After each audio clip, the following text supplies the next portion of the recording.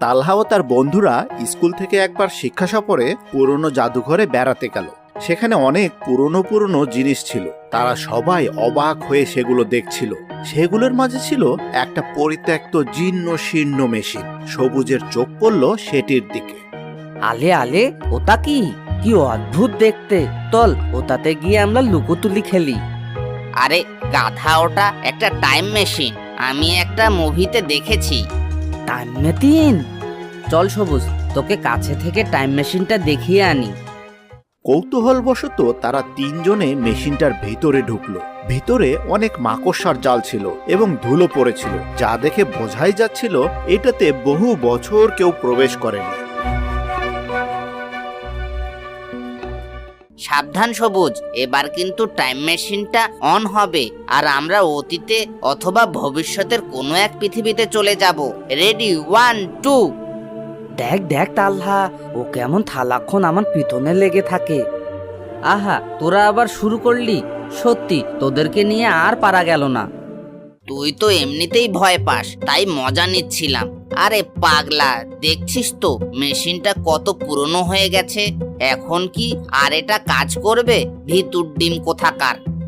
এসব কথা বলতে বলতে মেশিনে থাকা একটি যন্ত্রে রোহান হাত রাখে, আর সাথে সাথে একটা অদ্ভুত আওয়াজ শুরু হয়। মেশিনটা চালু হয়ে যায়। তালহারা সেখান থেকে বেরিয়ে আসার আগেই টাইম মেশিনের দরজাটা বন্ধ হয়ে যায়। তারা তিনজনে ভয় পেয়ে যায়।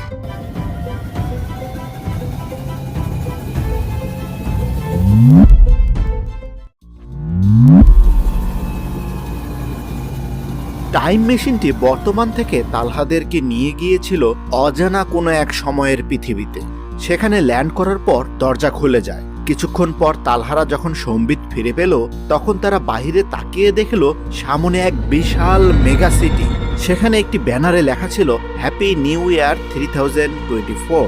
সেই এলাকার আকাশ দিয়ে বিভিন্ন সাইজের যানবাহন উড়ে উড়ে চলছিল, রোবট চলাচল করছিল, কিন্তু সেখানে কোনো মানুষজন ছিল না। এ কি, আমরা কোথায়? চারপাশটা এমন অদ্ভুত কেন? এবার বুঝেছি, টাইম মেশিনটা আমাদেরকে ভবিষ্যতে নিয়ে এসেছে। দেখছিস না ওখানে হ্যাপি নিউ ইয়ার 3024 লেখা? আরে বাস, বলিস কি? তাহলে তো বেশ মজা হবে। মোটেও না, আমরা 1000 বছর সামনে এসে পড়েছি। এই সময়টা সম্পর্কে আমরা কিছুই জানি না, তাই আমাদেরকে সাবধানে থাকতে হবে। আমি তো গল্প শুনছিলাম আমাদের ভবিষ্যৎ প্রজন্মে দোনলাই রাজত্ব করবে, তারা মানুষদের মেলে ফেলে